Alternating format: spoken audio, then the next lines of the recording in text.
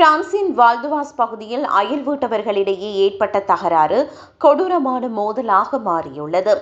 இரவு நேரத்தில் எழுப்பப்பட்ட சத்தம் தொடர்பான முறைப்பாட்டை தொடர்ந்து அயல் வீட்டவர்களை சமையல் கத்தியால் தாக்கி படுகாயப்படுத்திய நபர் ஒருவர் கைது செய்யப்பட்டுள்ளார். வெள்ளிக்கிழமை இரவுக்கும் சனிக்கிழமைக்கும் இடைப்பட்ட நேரத்தில் நடந்த இந்த சம்பவம் அப்பகுதியில் பெரும் பரபரப்பையும் அதிர்ச்சியையும் ஏற்படுத்தியுள்ளது. 30 வயது மதிக்கத்தக்க நபர் ஒருவர் அயல் வீட்டவரின் கதவை தட்டிய போது சமையல் கத்தியை கையில் மறைத்து வைத்துள்ளார். கதவு திறக்கப்பட்ட உடனே எவ்வித முன்னறிவிப்பும் இன்றி உள்ளே இருந்த 3 பேரையும் அந்த நபர் சமையல் கத்தியால் சரமாரியாக வெட்டியுள்ளார். இந்த கொடூர தாக்குதலில் பாதிக்கப்பட்டவர்களில் ஒருவருக்கு கழுத்தில் 3 சென்டிமீட்டர் ஆழமான காயமும், மற்றவருக்கு தலையிலும், இன்னொருவருக்கு இடது தோட்பட்டையிலும் 7 சென்டிமீட்டர் ஆழமான வெட்டுக்காயமும் ஏற்பட்டுள்ளது. 38 மற்றும் 48 வயதுடைய 2 காயமடைந்தவர்கள் ஆபத்தான நிலையில் மருத்துவமனையில் அனுமதிக்கப்பட்டனர்.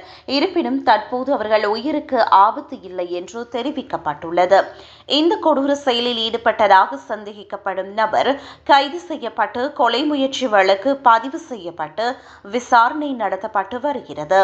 கைது செய்யப்பட்ட நபருக்கு முன்பு எவ்விதமான குற்ற பின்னணியும் இல்லை என தெரிய வந்துள்ளது. இந்த சம்பவம் தொடர்பாக கொலை முயற்சி வழக்கு பதிவு செய்யப்பட்டுள்ளது. மேலும் இது குறித்த கூடுதல் விசாரணையை போலீசார் தீவிரமாக மேற்கொண்டு வருகின்றனர்.